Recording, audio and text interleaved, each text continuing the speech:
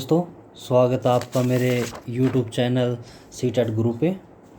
और हम आज से अपने 5th क्लास की NCERT स्टार्ट करेंगे और इसमें हम कवर करेंगे 5th के मोस्ट इम्पोर्टेंट चैप्टर्स जो सी टेट के एग्ज़ाम के पॉइंट ऑफ व्यू से हैं बहुत ज़्यादा इम्पोर्टेंट।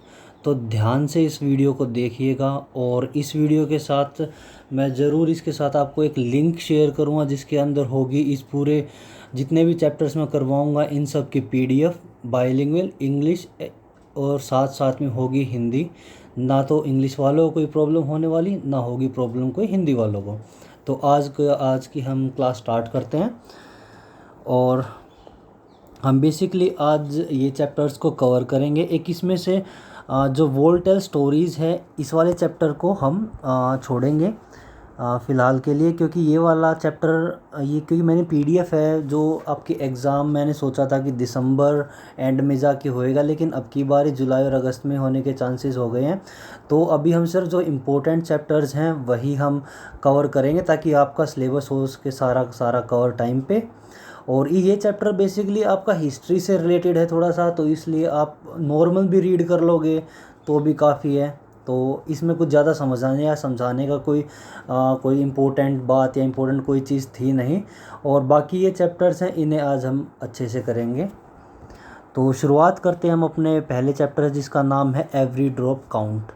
इस चैप्टर में से क्वेश्चन कई बार ही पूछा जाता है और सी टेट के जो प्रीवियस ईयर कई बार पूछा भी गया है इसके अंदर से क्वेश्चन। तो मेनली इसमें हम अलग अलग कई सारी बातें करेंगे हम इस चीज़ के अंदर, कोई एक ही टॉपिक पे नहीं है। इसमें आपको एक गढ़सीसर नाम की जगह है उधर की बात होएगी, रेन वाटर हार्वेस्टिंग की बात होएगी और एक तरुण भारत संघ है उसकी भी बात होएगी इसके अंदर, ठीक। और हम इसमें जितना हो सके डिटेल वाइज हम हर एक चीज़ को कवर करेंगे। हम सी टेट में इससे बाहर कोई क्वेश्चन ना आ सके, ये मेरी पूरी कोशिश रहेगी। तो हम शुरू करते हैं अपना पहला चैप्टर। तो इसमें सबसे पहले बात करी गई है गढ़सीसर लेक की। ये गढ़सीसर जो लेक है ये जैसलमेर में है और वहाँ का एक किंग थे महाराजा रावल गढ़सीस सिंह, और वो 650 साल लगभग 650 ईयर एगो उन्होंने कुछ तालाब बनाए थे उधर, जिन तालाबों को गढ़सीसर लेक्स बोलते हैं। और वो 9 interconnected small and large lakes थी। इसका मतलब है कि उन्होंने 9 तालाब बनाए, छोटे और बड़े, और सब के सब आपस में इंटरकनेक्टेड थे, ठीक है। बेसिकली ये जो वहाँ पे बनाया गया जो लेक्स बनाई गई, इनके बनाने का कारण था ताकि लोगों को पानी की आपूर्ति की जा सके। और वहाँ इतना अच्छा वो लेक्स बनाए गए, उनके पास में चबूतरे बनाए गए, लोगों के रहने के लिए कमरे बनाए गए, लोग उधर प्रोग्राम फेस्टिवल्स को सेलिब्रेट करने के लिए जाते थे, चिल्ड्रंस वहाँ पे पढ़ने के लिए भी आते थे, वहाँ स्कूल्स भी थे, ठीक है। और जो ये बेसिकली बात हो रही है ये जगह जैसलमेर की है, याद रखना गढ़सीसर नाम, ठीक है, गढ़सीसर लेक। और इसके बारे में हम आगे पढ़ते हैं अब। और ये वो लेक हैं, उनमें से एक लेक की पिक है, ऐसी ऐसी 9 लेक्स थी इंटरकनेक्टेड। अच्छा, इंटरकनेक्टेड करने का कारण क्या होगा आप लोगों को थोड़ा सा समझ कर देखिए। उन लेक्स को इंटरकनेक्टेड क्यों किया गया होगा? उनको इंटरकनेक्टेड करने का सबसे बड़ा कारण ये था कि जब जैसे कि बारिश हुई, आज जैसे ज़्यादा बारिश हो गई है यहाँ पे, ठीक है। राजस्थान में एक चीज़ है, या तो बारिश होती ही नहीं है और होती है तो बाढ़ ले आती है, ठीक। आपने सुना भी होगा राजस्थान में कई बार बाढ़ आती है। तो या तो वहाँ बारिश होगी नहीं या बाढ़ आएगी, ठीक है। तो उधर बनाई गई थी लेक्स। तो जैसे पहली लेक में पानी भरा और वो ओवरफ्लो हो गई, तो क्या करेगी जो दूसरी लेक है ना, ओवरफ्लो, फर्स्ट लेक जैसे ओवरफ्लो हुई तो दूसरी लेक में पानी जाना स्टार्ट हो जाएगा। जैसे ही दूसरी लेक भरती, तीसरी में, चौथी में, पाँचवीं में, ऐसे करके 9वीं तक वो पानी जाता है, ठीक है। और इन लेक्स के कारण ही उन लोगों को पानी की आपूर्ति हो पाती थी, ठीक है। सबसे बड़ा कारण इधर ये था, रेन वाटर को कलेक्ट करने का काम इन लेक्स का था, ठीक है। सारी इंटरकनेक्टेड, एक्स्ट्रा वाटर फ्लो हुआ तो अनदर लेक में चला जाए, जैसे कि मैंने बताया कि वो सारी इंटरकनेक्टेड थी आपकी। उसके बाद यहाँ बात वही हो रही है कि जो रेन का वाटर होता था वो कलेक्ट करते थे, वाटर की शॉर्टेज ना हो इससे बचने के लिए वो पानी को स्टोर करते थे, ठीक है।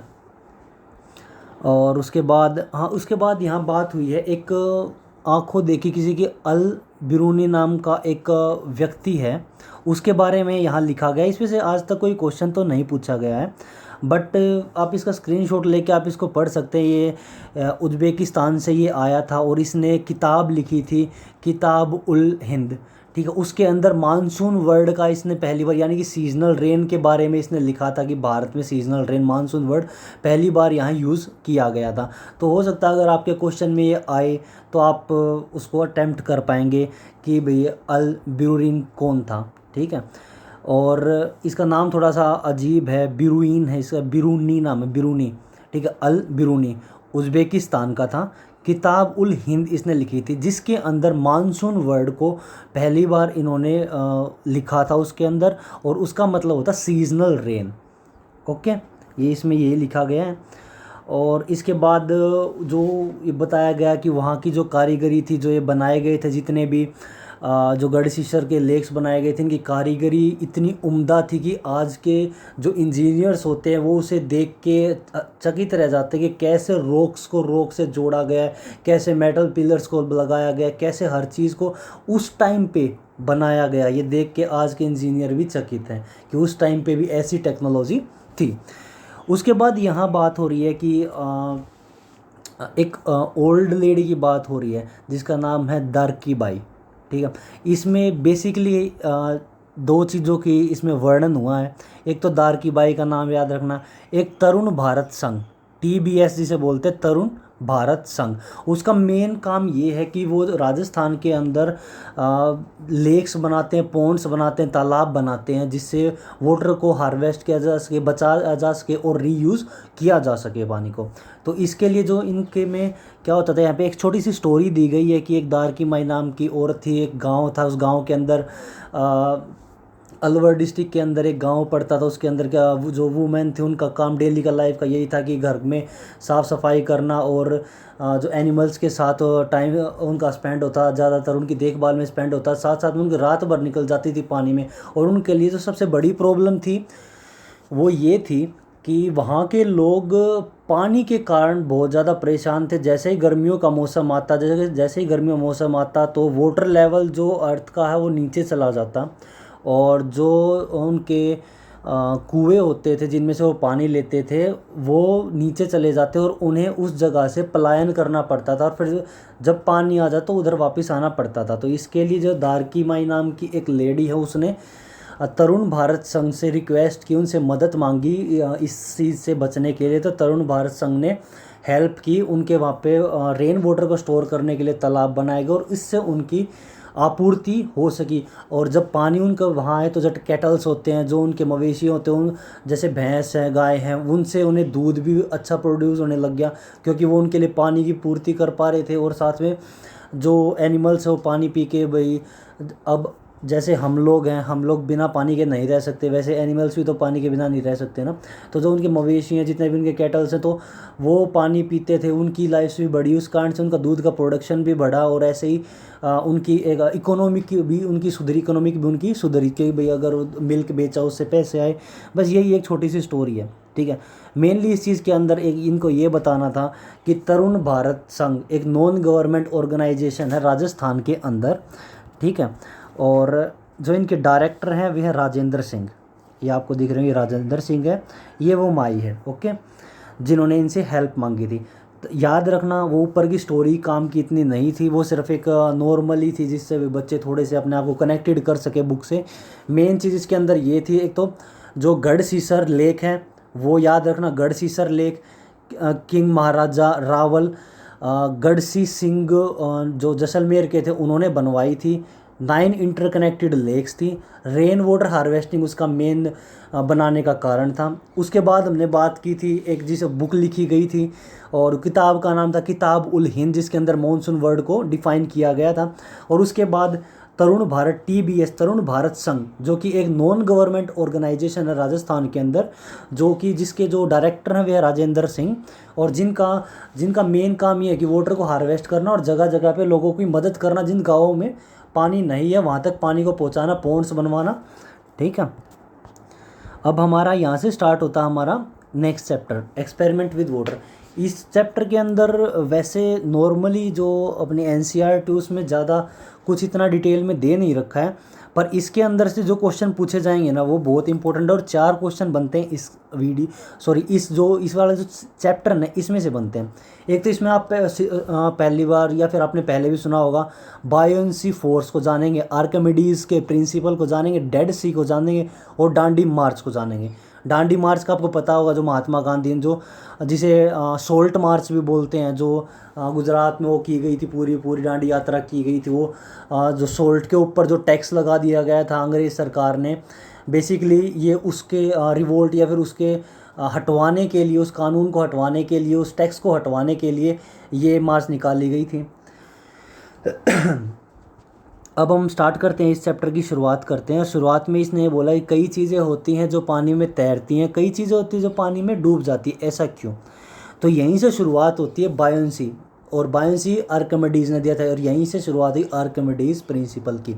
इस चैप्टर के अंदर आपको ज़्यादा बताया नहीं गया है कि क्यों होता है, कैसे होता है, किस लिए होता है, इसमें क्या फोर्स लगती है, बायोन्सी फोर्स कैसे काम करती है।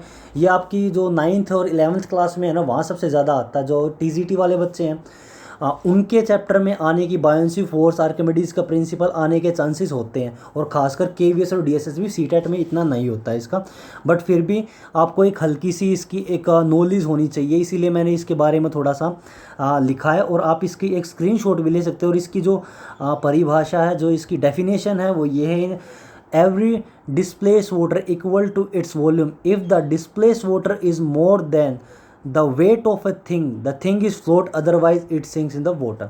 ठीक है, मेनली है ना आर्किमिडीज़ का जो प्रिंसिपल था ना, वो इसलिए वो ये स्पष्ट करता था कि कोई भी चीज़ कैसे पानी के ऊपर तैरती है और क्यों पानी के अंदर डूब जाती है। तो उनका कहना था जितना कोई भी एक चीज़ का एक मास होता है, एक वेट होता है, जो एक तो वाटर की सतह पे प्रेशर बनाता है, दूसरा साथ साथ में क्या होता है कि जितना वाटर वो डिस्प्ले, जितना जैसे एक 7 किलो की चीज़ पानी के अंदर गई तो वो पानी थोड़ा डिस्प्लेस तो होगा अपनी जगह से, कुछ ना कुछ डिस्प्लेस करेगा वाटर। वो डिस्प्लेस जो वाटर होता है उस पे और उसके वेट पे डिपेंड करता है वो चीज़ फ्लोट करेगी या सिंक करेगी। ठीक है, इस चीज़ के अंदर सिर्फ इतना बताया गया है। ठीक है, इसके अंदर उनका जो फॉर्मूला है वो नहीं बताया गया, इसीलिए मैं यहाँ पे उसको नहीं बता रहा हूँ फॉर्मूले को। उसके बाद यहाँ बोला गया कि आयरन नेल, फिल्ड बोतल और जो फोल्डेड एल्यूमिनियम की जो फॉयल होती है वो पानी में डूब जाती है। क्यों डूब जाती है? क्योंकि डिस्प्लेस लेस पाउंड, वो क्योंकि कम वाटर को डिस्प्लेस कर पाती है। अगर जितना ज़्यादा वाटर को डिस्प्लेस कर पाएगी वो चीज़ उतनी तैरेगी। जैसे कि आपके बड़े बड़े कार्गो शिप्स हो गए, उनमें लाखों टन वेट जाता है, लेकिन पानी में वो शिप डूबती नहीं है, क्योंकि वो एक तो उसका सरफेस एरिया, दूसरा उसका वेट, तीसरा वाटर का डिस्प्लेसमेंट है। वो पूरी की पूरी ऐसे ही नहीं है कि कोई नाव बना दी गई, उसका पूरा एक प्रिंसिपल होता है जो पूरा आर्किमिडीज प्रिंसिपल पे बेस्ड होता है। उसके बाद एक बात ये लिखी गई है कि अगर आप है ना पानी के अंदर, जैसे कि अगर कोई चीज़ डूब गई है, आप है ना पानी के अंदर नमक डाल दोगे ना तो वो चीज़ तैरने लग जाएगी। ऐसा क्यों? क्योंकि हम जब उसके अंदर नमक डालते हैं ना तो उस जो वाटर है, वाटर की विस्कोसिटी बढ़ जाती है। वाटर की विस्कोसिटी बढ़ेगी तो इसका मतलब विस्कोसिटी बढ़ गई, डेंसिटी बढ़ गई उस वाटर की, तो क्या करे, जो उसकी जो भी चीज़ उसके अंदर डाली गई ना वो चीज़ तैरने लग जाएगी। इसका सबसे बड़ा एग्जाम्पल और लाइव एग्जाम्पल है और नेचुरल एग्जाम्पल, किसी आदमी ने उसके अंदर नमक नहीं डाला है, वो है डेड सी। और इसके ऊपर क्वेश्चन अब की बार आने के सबसे ज़्यादा चांसेस हैं। ठीक है, डेड सी पे या फिर डांडी मार्च पे। ठीक है, एक ये क्वेश्चन पक्का होता है आना। ठीक है, या तो ये आएगा, नहीं तो एक सुनीता विलियम्स पे आता है। ठीक है, एक ये चैप्टर था जो है ना, एक वुमेन्स के लिए एक क्वेश्चन हमेशा आप देखोगे, हमेशा एक रहेगा। ठीक है, चाहे तो वो सुनीता विलियम्स पे आ सकता, वो भी अभी आप आगे चैप्टर आएगा उस पर हम उसका डिस्कस करेंगे पूरा एस्ट्रोनॉट के बारे में। ठीक है, उसके साथ साथ आता है आपका कल्लम मल्लेश्वरी का, जो ये है ना, इनको थोड़ा सा ये चैप्टर हैवी वेटेज रखते हैं। ठीक है, उसको, और उसके बाद एक और आता है, एक बछेंद्री पाल आता है।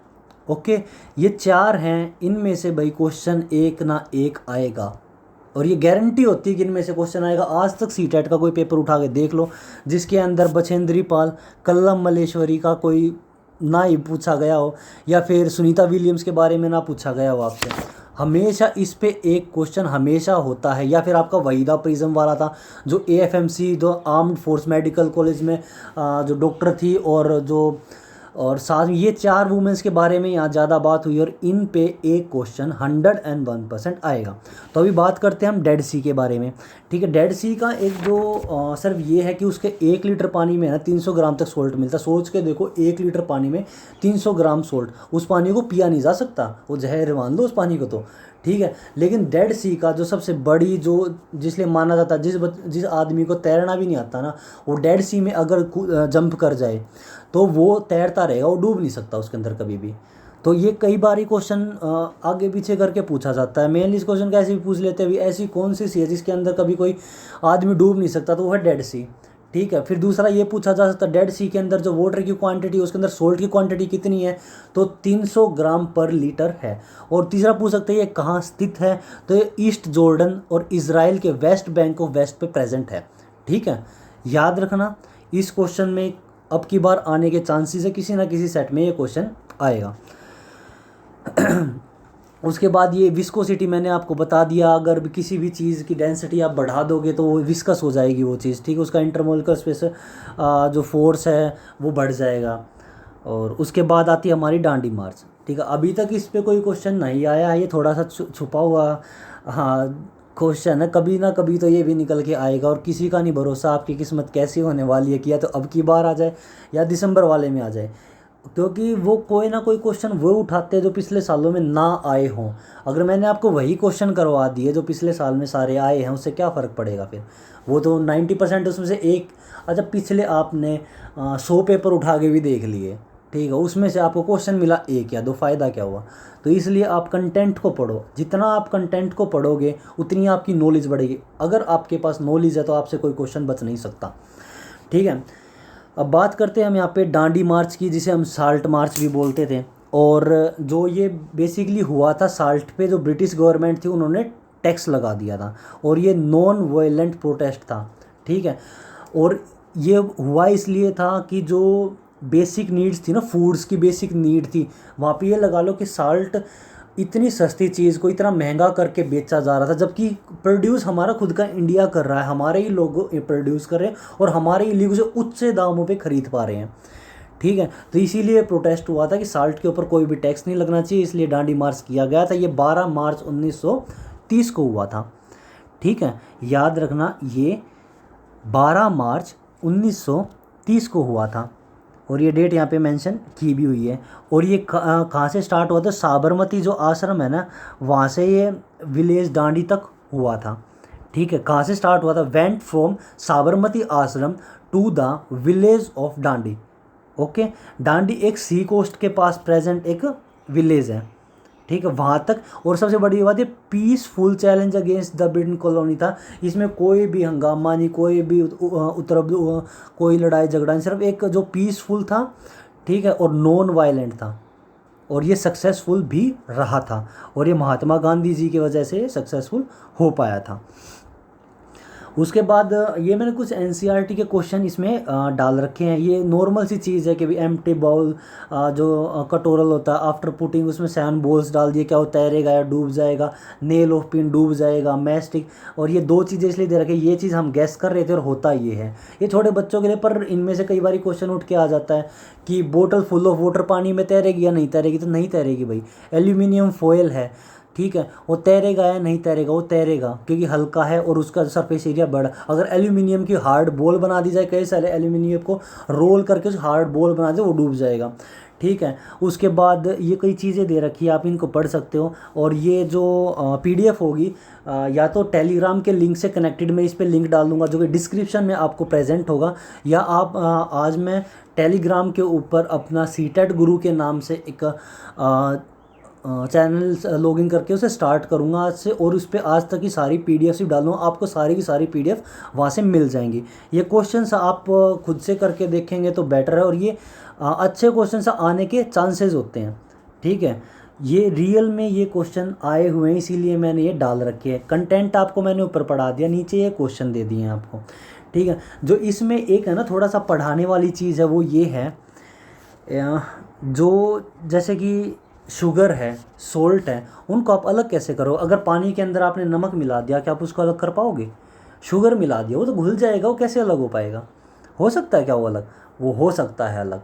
सेडिमेंटेशन से हो सकता है, डिसेंटेशन से होता है, फिल्ट्रेशन, इवेपोरेशन, ये प्रोसेसेस हैं जिन्हें मैं एक अलग वीडियो में जो पूरी तरह से जो एक एक स्टेप वाइज को इनको बताऊंगा। ये सारी नहीं आती है। जैसे सेडिमेंटेशन का काम अलग होता है, डिसेंटेशन का अलग होता है, फिल्ट्रेशन का काम साधना अलग है, इवेपोरेशन का काम अलग है। इस पर हम प्रॉपर एक वीडियो बनाऊंगा। जो टीजीटी वाले बच्चे हैं ना, उन बच्चों के में ये क्वेश्चन एक पक्का आता है। टीजीटी के अंदर तो 101% एक क्वेश्चन आता है, ठीक है। पर आपके में से जो एक तो सेडिमेंटेशन और इवेपोरेशन पे क्वेश्चन आपके में आता है, तो उस वीडियो को भी ज़रूर देखना। मैं इसके बाद जब ये 5th चैप्टर का 5th जो क्लास है वो कंप्लीट हो जाएगी, मैं उसके बाद वो ज़रूर डालूँगा। और हम आगे स्टार्ट करते हैं। अब हमारा नेक्स्ट चैप्टर है ए ट्रीट फॉर ए मॉस्किटो, ठीक है। नाम ही थोड़ा सा अजीब है कि ए ट्रीट फॉर ए मॉस्किटो, पर इसमें जो जानकारी है ना वो बहुत इम्पोर्टेंट है और एग्ज़ाम के पॉइंट ऑफ व्यू से 2 क्वेश्चन कैरी करता है।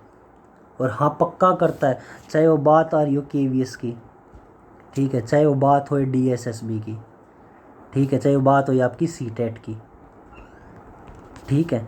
वो हर बार इस चैप्टर में से क्वेश्चन पूछता है। मलेरिया के ऊपर पूछता है, नहीं तो ठीक है। आज की जो वीडियो है ना, जो आज की मेरी ये पूरी वीडियो है, ये हर एग्ज़ाम के पॉइंट ऑफ व्यू से बहुत इंपॉर्टेंट है, क्योंकि 5th चैप्टर है। अब 5th क्लास है, सॉरी 5th क्लास है, ठीक है। 5th क्लास के अंदर अभी तक तो 1st to जो 4th चल रहे थे चैप्टर, उनमें इक्का दुक्का चीज़ें थी जो इम्पोर्टेंट होती थी। अब बच्चा हो गया भाई बड़ा, अब वो चीज़ों को समझ सकता है। अब उसको 6th में साइंस से भी जोड़ना है, अब साइंस से भी ईवीएस को जोड़ना है, तो इस लेवल पे आके बच्चे का जो लेवल है उनको बढ़ाना है।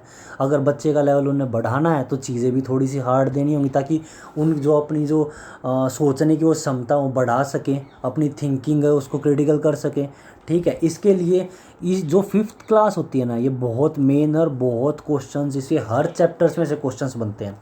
बात करते हैं हम ट्रीट फॉर ए मॉस्किटो।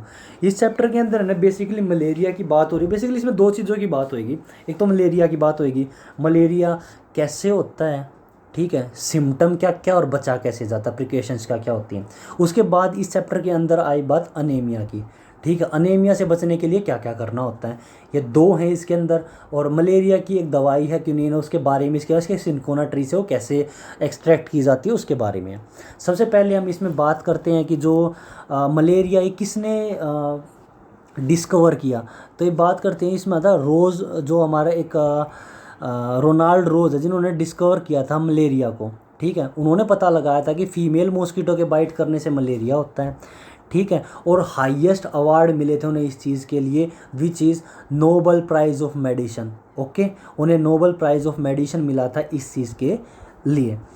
इसके बाद बात करते हैं ये 2, इनमें से भाई कई बार ये आप पिछले साल पेपर उठा के देखेंगे तो ये 2 आपको मिले भी गए उधर। ये 2 डेट्स हैं, एक तो है 25 अप्रैल जो कि है आपका मलेरिया डे। मलेरिया डे और मॉस्किटो डे अलग अलग हैं। सब लोगों को लगता है कि मलेरिया डे को ही मॉस्किटो डे बोलते हैं, नहीं भाई, मलेरिया डे अलग चीज़ है और मॉस्किटो डे अलग चीज़ है। जो वर्ल्ड मलेरिया डे है वो तो 25 अप्रैल को बनाया जाता है, और जो वर्ल्ड मॉस्किटो डे है वो 20 अगस्त को बनाया जाता है, ठीक है। दूसरी बात जो यहाँ पे लिखी गई है, फीमेल एनोफिली से ही ये फैलता है मलेरिया। अच्छा, अब यहाँ पे बात हो रही है मॉस्किटो की, तो मॉस्किटो तो मेल भी होता है और आपका फीमेल भी होता है। क्या दोनों मॉस्किटो काटते हैं आप लोगों को? हम लोगों को सर यही नहीं पता चलता कौन सा मॉस्किटो काट रहा है कौन सा नहीं काट रहा, कोई ना कोई तो काट ही रहा होगा। पर नहीं, कभी भी मेल मॉस्किटो बाइट नहीं करता है, ठीक है। बाइट सिर्फ फीमेल मॉस्किटो करती है। अब ये मत बोलना कि भाई हाँ औरतें खून चूसती है, हाँ वो इसी से एग्जांपल लिया ही गया है, ठीक है, कि फीमेल मॉस्किटो बाइट करती है, मेल मॉस्किटो कभी बाइट नहीं करता। मेल मॉस्किटो के पास बाइट करने के लिए ऑर्गन होता ही नहीं है, ये सिर्फ फ्लावर से नेक्टर लेता है, फ्लावर से नेक्टर को सक करता है। फीमेल मॉस्किटोज़ होती हैं वो बाइट करती हैं। क्या हर फीमेल मॉस्किटो आपको या जो काटती है वो बीमार करेगी या मलेरिया करेगी? नहीं, हर फीमेल मॉस्किटो काटती ज़रूर है, पर ज़रूरी नहीं है कि वो आपको मलेरिया या डेंगू या चिकनगुनिया बीमार करेंगी। कई होगा आपको एक छोटा सा फ्लफ़ी सा एक थोड़ा स्वेल्ड पार्ट जो है, जहाँ भी वो काटता है थोड़ा सा स्वेल हो जाता है, बहुत ज़्यादा ईचिंग होती है उसके ऊपर। ओके। और कुछ फीमेल मॉस्किटोज़, एनाफ्लीज मॉस्किटोज़ होती हैं जिनके काटने से हमें मलेरिया भी होता है। ठीक है। और जो मलेरिया है, जो उसका वेक्टर है वो प्रोटोजोआ है जिसका नेम है प्लाज्मोडियम। ओके। अब हम आगे चलते हैं। अब प्रिवेंशन, हम इससे बचे कैसे। मेन चीज़ है भाई, अब ये तो कहीं भी फैल सकता, मच्छर तो कहीं भी काट सकता, तो हम अपनी ओर से क्या प्रिकॉशंस कर सकते हैं, क्या क्या हम बचाव या इनका रोकथाम कैसे हो सकता है। तो हमें क्या करना चाहिए, पूरी बाजू के कपड़े पहनने चाहिए और फुल पैंट पहननी चाहिए। अब यार हमारे हाथ पूरे ढके हुए हैं, पैर हमारे पूरे ढके हुए, तो उनको काटने के लिए एरिया कम बचेगा, आपका फेस बचेगा। और आपने बहुत बार देखा हो फेस पे मच्छर बहुत कम काटता है, मच्छर सबसे ज़्यादा काटता है लिम्स पे, यानी कि पैरों पे और हाथों पे। आपको फेस पे मच्छर बहुत कम काटता है। ठीक है। और क्योंकि आपके फेस की साइड पे अगर मच्छर उड़ भी रहा होगा, आ भी रहा होगा, आपको दिख जाता है, लेकिन आप अगर बिल्कुल स्थिर बैठे हो और मच्छर आपके हाथ पे पैर पे आके बैठ जाता है तो वो काट नहीं लेता, तब तक आपको पता नहीं चलता है। तो मेनली अपनी बॉडी पार्ट्स को कवर करके रखना। ठीक है। उसके बाद जितना भी स्टेगनेंट वाटर का मतलब क्या होता है। स्टेगनेंट वाटर, हमने वर्ड तो सुना होगा, इसका मतलब क्या होता है पहले तो यही समझ लो। स्टेगनेंट वाटर होता है ठहरा हुआ पानी। ठहरा हुआ पानी जैसे कि आपके आसपास में गड्ढा है, ठीक है, कोई गड्ढा हो रखा है, कोई टायर पड़ा है, या फिर नारियल के खोल पड़े हैं, कोई भी ऊपर बाल्टी पड़ी है, क्या वो उसमें बारिश हुआ पानी भर गया, रुका हुआ पानी स्टेगनेंट वाटर उसे बोलते हैं, जो रुका हुआ पानी होता है उसके अंदर मच्छर अपने अंडे दे सकता है। ठीक है। उसके बाद जब आप जो आपने देखा होगा नेट देखे हैं, मच्छरदानी जिसे बोलते हैं, आप नेट्स का यूज़ कर सकते हो। जब सो तब नेट लगा के सो, से क्या होगा, मच्छर आपके रूम में तो आएगा लेकिन आपके पास काटने के लिए नहीं पहुंच सकता, और नेट को क्रॉस नहीं कर सकता है। और जितना भी रेन वाटर है ना ओपन जगहों पे, उस हर चीज़ को खाली कर दो। अगर आपको दिखा कि ये गड्ढे में पानी भरा हो, उसको मिट्टी से पूरे को ढक दो, भर दो पूरे को। अगर आपको पता चला कि ऊपर बाल्टी में पानी भरा हुआ तो उसको गिरा दो पानी को, और बाल्टी को उल्टा करके रख दो। ठीक है। अब हम आगे चलते हैं। और ये आ गया मोस्ट इम्पोर्टेंट क्वेश्चन आपका। इस भाई जो आज की वीडियो है ना, इस चैप्टर में भर भर के क्वेश्चन। आप ये देख लेना कि अगर कोई वीडियो और कोई बनाता है ना, वो दिखाते हैं कि मोस्ट इम्पोर्टेंट क्वेश्चंस ये फलाना ये, भाई कोई ज़रूरी नहीं है कि उनके क्वेश्चंस में से कुछ आता है। इससे बेटर है कंटेंट पढ़ लो, कंटेंट से बाहर आएगा ही नहीं, गारंटी है। आप जब वहाँ पे बैठोगे ना तो आपको हर क्वेश्चन एग्ज़ाम में दिखेगा। ठीक है। उसके बाद करते हैं एक ये मलेरिया अब हो गया। अब डॉक्टर क्या करेंगे कि पहले तो आप टेस्ट करवाओगे। इस वाली पीडीएफ के अंदर मैंने लिखा नहीं हुआ, उसके बारे में मेरी माइंड में अभी अभी जस्ट स्ट्राइक किया। यहाँ पर दो वर्ड और सीखने को मिलते हैं जो पूछते हैं। एक तो आते हैं पैथोलॉजी लैब। ठीक है। What is pathology lab. बहुत सुना होगा, लैब्स होती हैं, अलग अलग तरह की लैब होती है। तो जो क्लिनिकल लैब्स होती हैं ना, जो डॉक्टर्स के लिए जहाँ पे आप टेस्ट कराते हो, उन्हें बोलते हैं पैथोलॉजिकल लैब। ठीक है। जिनके अंदर टेस्ट होते हैं। डॉक्टर आपका ब्लड टेस्ट करवाने के लिए बोलता है जब मलेरिया हो जाता है, और इसका बेसिकली जो टेस्ट होता है CBC।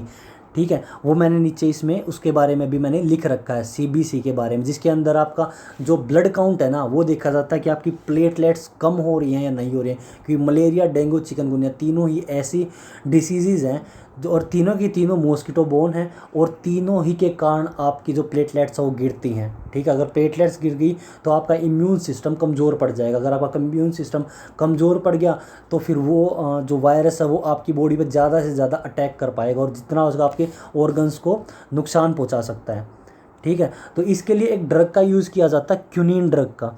ठीक है। जो क्विनिन ड्रग है वो कहाँ से आता है, जो सिनकोना ट्री है ना उससे आता है। और आप पिछले साल के सारे पेपर उठा के देख लो, एक क्वेश्चन ज़रूर आएगा, या तो क्विनिन ड्रग के बारे में या सिनकोना ट्री के बारे में, कि मलेरिया की दवाई कहाँ से बनती है, वो सिनकोना ट्री से बनती है। और मेरे को भी याद है कि जो मेरा एग्ज़ाम आया था उसके अंदर भी सिनकोना ट्री की, उसमें पूछा गया था मलेरिया की दवाई किस पेड़ से प्राप्त की जाती है, तो सिनकोना ट्री से प्राप्त की जाती है वो। अब आगे चलते हैं हम। यहाँ ये लिख रखा है एक अब इसे रोकथाम के तरीके, भाई आप कैसे रोक सकते हो। अब भाई कई चीज़ें तो होगी, अब उसे रोकोगे कैसे कि भाई मलेरिया का मच्छर पैदा ना होए। तो है ना, एक तो मलेरिया का जो लार्वा होता है ना, मलेरिया का लार्वा और एग कहाँ देगा, पानी में देगा। ये दो मछलियाँ हैं, दो फिश हैं भाई ये, एक तो गम्बूशिया, एक है कैट फिश। ये दो ऐसी तरह की फिशेज़ हैं जो फीमेल एनाफिली के मॉस्किटो जो होता है उसके लार्वा और एग्स को खाता है। जो फीमेल मॉस्किटो उसको लार्वा और एग्स को खा जाएगा, और एग्स को खा जाएगा तो उसके बाद फिर भाई, और इसीलिए आपको पॉन्ड्स में कम जो मॉस्किटो होते हैं वे वाले फीमेल मॉस्किटो के एग्स बहुत कम बचते हैं, क्योंकि मछलियाँ उनके अंडे खा जाती है। प्रॉब्लम वहाँ आती है जहाँ आप लोग पानी पर गिरा छोड़ देते हो, जैसे कि गड्ढा मिल गया ऊपर छत पे, बाल्टी या ओपन बर्तन हो गए, टायर्स हो गए जहाँ पे, या फिर कूलर को कई कई दिनों तक साफ़ मत करो, गंद कम से कम 2-3 महीने साफ़ ही मत करो गर्मियों में कूलर को। आप देखो ये मच्छर के लार्वा उसके अंदर दिखाई देंगे आपको अलग से ही, ठीक है। और अब है इसके सिम्टम्स क्या क्या होंगे। आपको एक तो सीवरिंग के साथ फीवर होएगा। सीवरिंग के साथ फीवर मतलब ये कांपने वाला, जब आपको बुखार तो होगा लेकिन आपको इतनी सर्दी लगी आपकी पूरी बॉडी कांपेगी, सर दर्द, सर फटेगा, फीवर होएगा, बुखार होएगा। इसका रैपिड डायग्नोस टेस्ट होता है एक तो, ठीक है, रैपिड डायग्नोस टेस्ट RDT होता है एक तो इसका रैपिड डायग्नोस टेस्ट। दूसरा होता है CBC, सेल ब्लड काउंट। इसके अंदर मेनली और चीज़ें तो नहीं देखी जाती, मेनली एक चीज़ देखी जाती है, वो है आपकी प्लेटलेट्स। अगर आपकी प्लेटलेट्स कम हो गई है, और प्लेटलेट्स भाई नॉर्मल प्लेटलेट्स का पूछ लेते हैं, नॉर्मल प्लेटलेट, एक नॉर्मल इंसान में प्लेटलेट्स कितनी होनी चाहिए, तो 2.5 से 4 लाख के बीच में होनी चाहिए, ठीक है, 2.5 से 4 लाख के बीच में। कई कई बुक्स में लिखा हुआ है 2 से 4 लाख भी होती हैं। तो आप लोग ये अपने ऑप्शन में देख लेना कि 2 to 4 है, 2.5 to 4 लाख है, ओके। ये डिपेंड करेगा कि आपके जो पेपर में जो क्वेश्चन आया है उसके अंदर आपको ऑप्शंस क्या क्या दिए गए हैं। अब हम आगे बात करते हैं अपने यहाँ पे अडल्ट। यहाँ पे एक बात हुई है कि कितने अंडे दे सकता है, तो 50 से 200 अंडे एक टाइम में देता है, ठीक है। एक फीमेल मॉस्किटो, एक अडल्ट फीमेल मॉस्किटो एक टाइम में 50 से 200 अंडे देता है। मतलब अगर ये सोच कर देखो कि आपके कूलर में एक मच्छर, एक फीमेल मॉस्किटो घुस गई और उसने वहाँ पे एग ले यानी कि अंडे दिए, तो वो 50 से 200, मतलब कि एक कूलर से 200 मच्छर निकल सकते हैं। तो इसीलिए अपने आसपास की सभी चीज़ों को साफ़ रखना चाहिए। उसके बाद यहाँ एक बात और लिखी गई है यहाँ पर, जो लार्वा है, लार्वा अब एग है, एग से लार्वा बना है। लार्वे को ज़िंदा रहने के लिए क्या चाहिए, ऑक्सीजन चाहिए। आपको अगर उनको मारना ही है तो उनकी ऑक्सीजन सप्लाई को काट दो। ऑक्सीजन सप्लाई का काटने का सबसे बढ़िया जो मेथड होता है वो ये होता है कि आप जहाँ पे जैसे कूलर है या फिर कोई स्टगन वाटर है, जैसे ऊपर बाल्टी में पानी भरा है, बार बार उसमें कोई चीज़ ऐसी लगी है जिसमें पानी भरता है, बार बार उसमें पानी भरा हुआ है, आप उसके ऊपर केरोसिन ऑयल डाल दो। केरोसिन ऑयल एक पानी के ऊपर लेयर बना देगी और ऑक्सीजन की सप्लाई को कट कर देगा। अगर ऑक्सीजन की सप्लाई कट होगी तो लार्वा जिंदा नहीं रह सकते हैं, ठीक है। फिर बात ली यहाँ पे, ये 3 चीज़ बताई गई है कि जो अंडे देने के लिए एक फेवरेबल कंडीशन चाहिए होती है, फेवरेबल कंडीशन चाहिए होती है, अनुकूल वातावरण जिसे बोलते हैं हम, वो चाहिए होता है। तो एक तो मंथ का जुलाई का और सितंबर का हाई पीक ऑफ ऐसा टाइम है जिस पे डेंगू, मलेरिया और चिकनगुनिया फैलता है। एक काला आजार भी होता है पर वो बहुत कम देखने को मिलता है। मेनली जो आपको, आप किसी भी हॉस्पिटल में चले जाओ भरमार मिलेगी आपको, एक तो डेंगू, चिकनगुनिया और मलेरिया की, ठीक है। और ये पीक टाइम होता है पूरे साल में जुलाई से सितंबर का। जुलाई से सितंबर क्यों, क्योंकि जो हैवी रेनफॉल्स होती है अपने इंडिया के अंदर वो जुलाई से सितंबर में बहुत ज़्यादा मात्रा में होती है। अब ये इसको ऑप्टिमम टेम्परेचर 35 से 40 चाहिए आपको, इसीलिए इसके टेम्परेचर इसे 35 से 40 चाहिए, इसीलिए आप लोगों को मलेरिया, डेंगू और चिकनगुनिया ज़्यादातर आपको सेंट्रल इंडिया और नॉर्थ इंडिया में देखने को मिलेगा। नॉर्थ इंडिया का भी अपना दिल्ली, राजस्थान वाला हिस्सा, इधर गुजरात होगा, यूपी हो गया, छत्तीसगढ़ हो गया, आपकी इस उड़ीसा हो गया, उसके बाद नीचे महाराष्ट्र हो गया, इस इलाके में देखने को मिलेगा ज़्यादातर। आपको केरला साइड ज़्यादा नहीं देखने को मिला क्योंकि उधर का जो टेम्परेचर हो 20 से 25 डिग्री के आसपास रहता है। आप ऊपर नॉर्थ में बिल्कुल ऊपर चले जाओ जहाँ पे आपको कश्मीर है, हिमाचल है, वहाँ पे देख लो, वहाँ पे मच्छर नहीं जी पाते हैं भाई, ठीक है, इतना कम टेम्परेचर है। इनको एक मिनिमम टेम्परेचर चाहिए होता है 35 से 40, जो अपने जो दिल्ली, हरियाणा, राजस्थान, गुजरात, उसके बाद इधर यूपी, छत्तीसगढ़, उड़ीसा, महाराष्ट्र, आपका मध्य प्रदेश, इस इलाके में आपका ज़्यादातर पाया जाता है। उसके बाद ह्यूमिडिटी 80% होनी चाहिए, ठीक है। ह्यूमिडिटी का इतना इफेक्ट नहीं पड़ता है, ह्यूमिडिटी अगर 60% हो तो भी ये मच्छर भाई होते हैं, ठीक है, 70 हो तो भी होते हैं। हाँ ये है कि 50 से अबोव हो, 50 से कम अबोव हो ह्यूमिडिटी। उसके बाद कौन कौन सी बीमारियां फैलती हैं, वो है डेंगू है, चिकनगुनिया है और काला आजार है, ठीक है, ये फैलती है। और इसमें सबसे पहले क्या होता है, प्लेटलेट्स आपकी डाउन होती है, ठीक है। पहले आपका अगर पहले की बात करूँ तो पहले के लोग डेंगू, चिकनगुनिया और जो काला आजार जैसी बीमारियों से डेथ तक होती थी, सिर्फ है ना, जो स्टार्टिंग में जब ये बीमारी फैली तो 90% डेथ कोस था, लेकिन जब सिंकोना ट्री से हमने क्यूनिन दवाई एक्सट्रैक्ट कर ली तो हमें इससे बचने का चांस बढ़ गए। और अब ये सिर्फ 20 से 25% ही ऐसे लोग होते हैं, ये भी ज़्यादा है, ठीक है। 20% लोग ही ऐसे होते हैं जिनकी डेथ हमने सुनी होगी कि मलेरिया डेंगू से हो गई, वरना जो प्लेटलेट्स कम होती है हम उन्हें अब आर्टिफिशियल प्लेटलेट्स भी आर्टिफिशियल प्लेटलेट्स किसे बोल रहे हो, क्या प्लेटलेट्स बाहर बनाएंगे? नहीं, क्या करते हैं हम, डोनर प्लेटलेट्स का यूज़ करते हैं। जैसे कि हमने एक स्वस्थ व्यक्ति के ब्लड में से प्लेटलेट्स को निकालना और जैसे हम ब्लड को ट्रांसफ़र करते हैं ना, ऐसे ही हम प्लेटलेट्स को ट्रांसफ़र कर पाते हैं उसके अंदर। अब आगे चलते हैं हम। अब आगे हमारा स्टार्ट होता है अनीमिया का। अब अनीमिया क्या है? अनीमिया बेसिकली हम बोलते हैं कि रेड ब्लड सेल या हीमोग्लोबिन की हमारे अंदर लो अमाउंट हो जाना, ठीक है। और ये बीमार जो ये चीज़ है अनीमिया है, खासकर आप है ना आजकल छोटे बच्चों की एज में ज़्यादातर देखने को मिलेगी, क्योंकि जो आजकल की डाइट है वो इतनी बच्चे आजकल ज़्यादा फास्ट फूड खाते हैं, ठीक है। और जो अपना जो नॉर्मल जो घर का खाना भी होता है वो भी फुल ऑफ विटामिन्स नहीं होता है, क्योंकि उनको भी जो बाहर जितने भी फार्मर्स उगा रहे हैं उनको वो उनमें डीडीटी का यूज़ कर रहे हैं, कई सारे कीटनाशक का यूज़ कर रहे हैं, और आप उसके अंदर पेस्टिसाइड्स का यूज़, फर्टिलाइज़र्स का भरपूर मात्रा में ये प्रयोग कर रहे हैं, केमिकल्स डाल रहे हो, तो उसके अंदर की विटामिन की जो कंटेंट है वो वैसे भी ख़त्म होता जा रहा है। तो इसीलिए आजकल के बच्चों में अनीमिया की प्रॉब्लम सबसे ज़्यादा देखने को मिल रही है। और अनीमिया की जो जो ब्लड की डेफिशिएंसी है वो मेनली डिपेंड करता है आयरन डेफिशिएंसी पे, बट है ना सिर्फ आयरन की डेफिशिएंसी पे डिपेंड नहीं करता है, मेनली तो करता है। अगर हम बात करें जो आयरन की अगर आयरन की आप में डेफिशिएंसी है तो उस पर 70% आयरन की डेफिशिएंसी पे डिपेंड करता है। अगर आप में आयरन की डेफिशिएंसी है तो आपको अनीमिया होगा ही होगा। बाकी उसके अलग अलग और भी कारण हो सकते हैं, B6 भी हो सकता है, B9 भी हो सकता है, और विटामिन B12 भी हो सकता है। विटामिन B12 क्यों हो सकता है? विटामिन B12 का होने का कारण ये है कि अगर आपके शरीर में विटामिन B12 नहीं है तो रेड ब्लड सेल बनना ही कम हो जाएंगी, ठीक है, वो बनेंगी ही कम अगर B12 की आपके अंदर कमी हो गई तो। एक तो आयरन और एक B12, दोनों के दोनों मोस्ट इम्पोर्टेंट है हमारी बॉडी के लिए।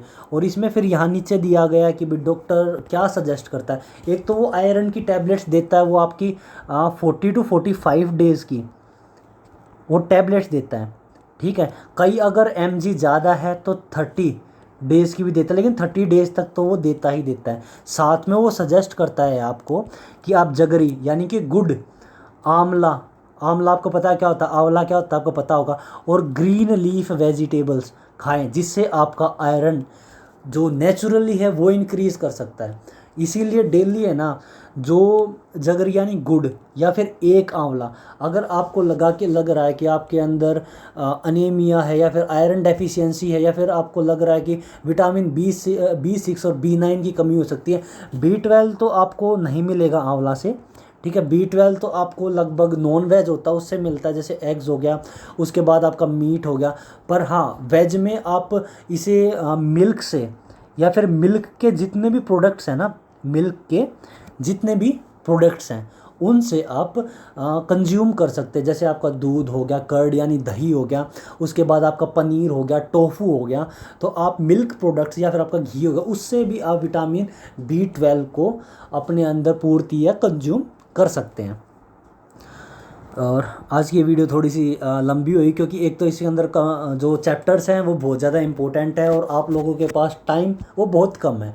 तो मैं ट्राई कर रहा हूँ जैसे आज हाफ फिफ्थ को निपटा दूँगा, ख़त्म कर दूँगा उसको, और उसके बाद हम जो बची हुई है उसको हम नेक्स्ट 2 वीडियोज़ में हम फिनिश कर देंगे। ये होगी 7th वीडियो, ये होगी 8th और 9th में फिनिश। आपकी जो NCERT है वो फिनिश हो जाएगी। आप सिर्फ इतना पढ़ के 15 में से 10 नंबर लाने लायक हो जाओगे। उसके बाद बचेगा आपके 5 मार्क्स, वो भी मेरी गारंटी है। वो कैसे आएंगे? क्योंकि मुझे पता है कि सीटेट वो कहाँ से पूछेगा।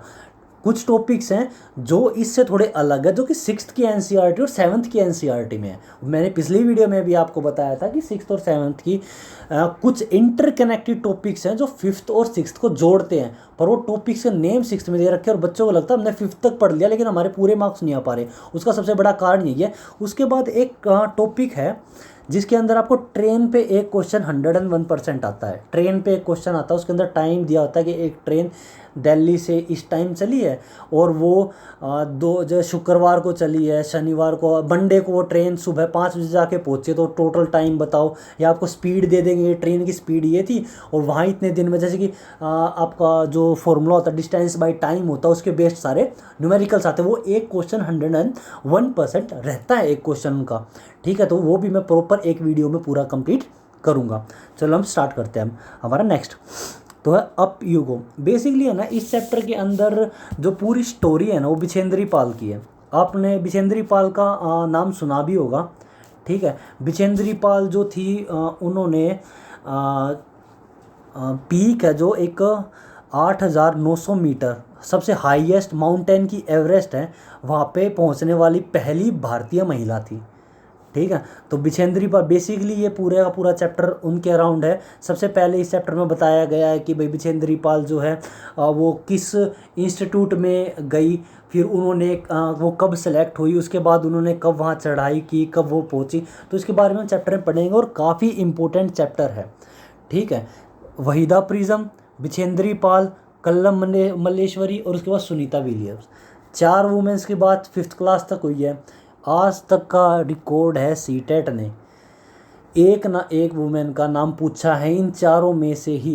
जब आपको पता ही है कि गारंटीड इनमें से, और मैं बार बार हर वीडियो में इन 4 का नाम ले रहा हूँ क्योंकि मोस्ट इंपॉर्टेंट है। कई बार तो 2 क्वेश्चंस आते हैं इसके ऊपर, ठीक है। एक बार तो बिछेंद्री पाल पे पूछ लिया गया, एक ही पेपर के अंदर बिछेंद्री पाल पे भी एक क्वेश्चन था, साथ में आपका कल्लम मल्लेश्वरी पे भी था, ठीक है। कल्लम मल्लेश्वरी पे ये था कि उन्होंने कितने भार का वजन उठाया था, ठीक है। और बिछेंद्री पाल का ये था कि वो उसका आंसर था कि first Indian who was the first Indian जो माउंट एवरेस्ट पे जो सबसे पहले चढ़ी थी, तो वो थी हमारी बिछेंद्री पाल।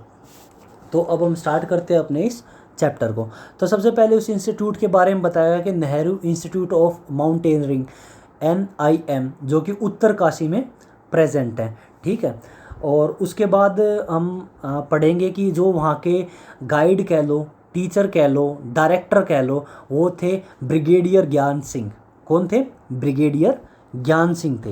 यहाँ पे लिखा भी हुआ ब्रिगेडियर ज्ञान सिंह, ठीक है। उसके बाद वो यहाँ पे नीड्स ये बताएगी कि आपको किन किन टूल्स की नीड्स होती है जब आप पर्वतारोहण करते हैं या फिर आप माउंटेनरी करते हैं, आप चढ़ते हैं, तो क्या क्या चीज़ आपको क्लाइंबिंग टाइम चाहिए। भाई रस्सी चाहिए, रोप चाहिए, स्लिंग चाहिए, स्टिक चाहिए, आज की किसी भी चीज़ को काटने के लिए बोर्ड चाहिए, बूट्स चाहिए आपके बाद। उसके बाद कि पैर ठंडे होके हालत ख़राब हो जाएगी। फूड पैकेट्स चाहिए खाने के लिए, वाटर बोतल चाहिए, ऑक्सीजन सिलेंडर सबसे मस्ट है क्योंकि जब आप ऊपर जाते हो ना तो ऑक्सीजन लेवल है वो कम होता जाता है, ठीक है। उसके बाद पेन, प्लास्टिक, ये कुछ चीज़ें हैं आपको चाहिए होती है, विटामिन, चॉकलेट्स चाहिए होती हैं ऊपर जाने के लिए आपको, तो ये चीज़ें बता रखी है कि ये चीज़ आपको चाहिए होती है। और जो उनको क्यों इतनी प्रॉब्लम आती है, उस जो पर्वत जो माउंट एवरेस्ट पे चढ़ना इतना मुश्किल क्यों है, क्योंकि जब ये पर्वत पे चढ़ते हैं ना तो 90 डिग्री के एंगल पे चढ़ते हैं, समझ सकते हो 90 डिग्री पे, जहाँ पे आप ग्रेविटी के अगेंस्ट चलोगे। 90 डिग्री पे ग्रेविटी के अगेंस्ट जाना, आपको जानते होगे ग्रेविटेशन क्या होता है, ग्रेविटेशनल फोर्स क्या होती है। जो भी आप धरती पे खड़े हो पा रहे हो वो ग्रेविटी के कारण हो रहा है। ग्रेविटी एक गुरुत्वाकर्षण बल आप पे लग रहा होता है, ठीक है। और यहाँ नीचे वही बात बताएगी जो मैंने अभी बोल ली है कि ग्रेविटेशनल फोर्स के आपको अगेंस्ट चढ़ना होता है ऊपर की तरफ में 90 डिग्री का एंगल बनाते हुए, ठीक है। उसके बाद एक यहाँ पे एक बात लिखी गई है कि एक टेकला विलेज है जिसकी हाइट 1600 मीटर है, ठीक है। ये इतना आता नहीं है, जो हमारा मेन है वो हम नीचे पढ़ेंगे। ये है भाई, आप यहाँ पे लिखा गया है अभी नीचे कि एक लीडर जोन में, अब कोई भी जाए, ये नहीं होता कि एक बंदा जाता ऊपर चढ़ता नहीं, वो 3-4 बंदों का ग्रुप होता है और वो क्या क्या है वो हेल्प करते हुए चलते हैं। पर जो उनका जो मेन लीडर होता है, एक लीडर को क्या क्या करना पड़ता है वो चीज़ें लिख रखी है कि भाई उसको दूसरों की हेल्प भी करनी होती है, आगे बढ़ना होता है, और जब तक वो पूरा करवाना होता है उन्हें। जैसे कि कोई आपके साथ है, आपको टीम लीडर बना दिया, 3 बंदे हो, आपको टीम लीडर बनाया गया, तो आपको कैसे भी करके अपने साथ वालों को और खुद को पूरी प्रोटेक्शन के साथ ऊपर तक जहाँ तक आपको जाना है वहाँ तक जाना है, उनका ख्याल रखना है, उनको अच्छी प्लेस कहाँ रुकना है, कहाँ ठहरना है, ठीक है। उसके बाद यहाँ पे से स्टार्ट होता है अपना मेन, ये है इम्पोर्टेंट। ठीक है। मेन स्टार्ट होता है आपका यहाँ से। तो बिछेंद्री पाल का यहाँ से स्टार्ट होता है कि सबसे पहले तो है कि बिछेंद्री पाल कहाँ की है। ठीक है, तो एक विलेज है नौकरी विलेज। ठीक है, ये गढ़वाल उत्तराखंड में है। ये कहाँ की है, जो उत्तराखंड की थी ये, और गढ़वाल इनका जो डिस्ट्रिक्ट है वो है, और नौकरी विलेज है, ये विलेज का नाम है।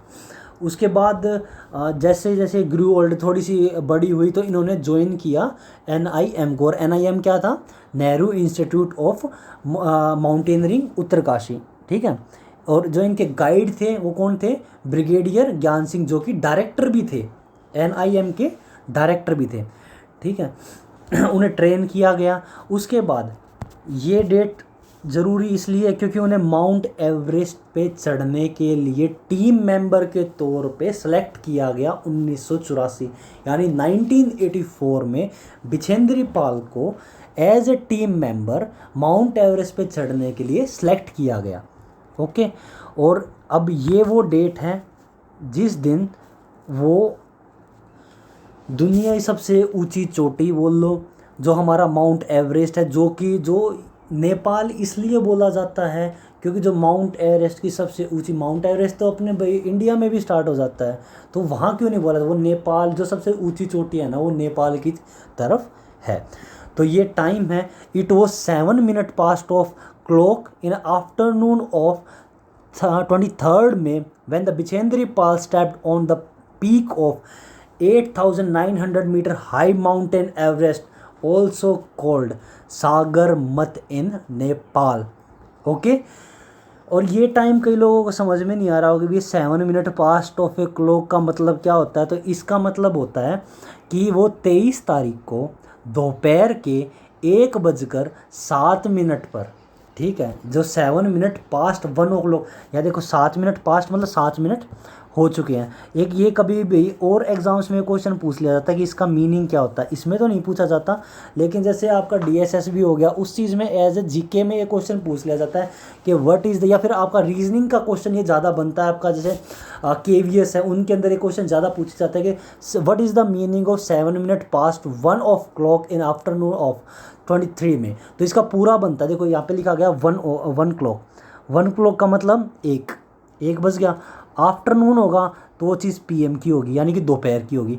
7 मिनट गुजर चुके हैं, मतलब कि बात हो रही है 1:07 की, और तारीख हो थी वो 23 मई, यानी कि 23 मई को 1:07 पर बिछेंद्री पाल ने माउंट एवरेस्ट पर अपना पहला कदम रखा, और उन्होंने वहाँ पे 43 मिनट्स गुजारे, स्पेंड किए वहाँ पे, वो रहे।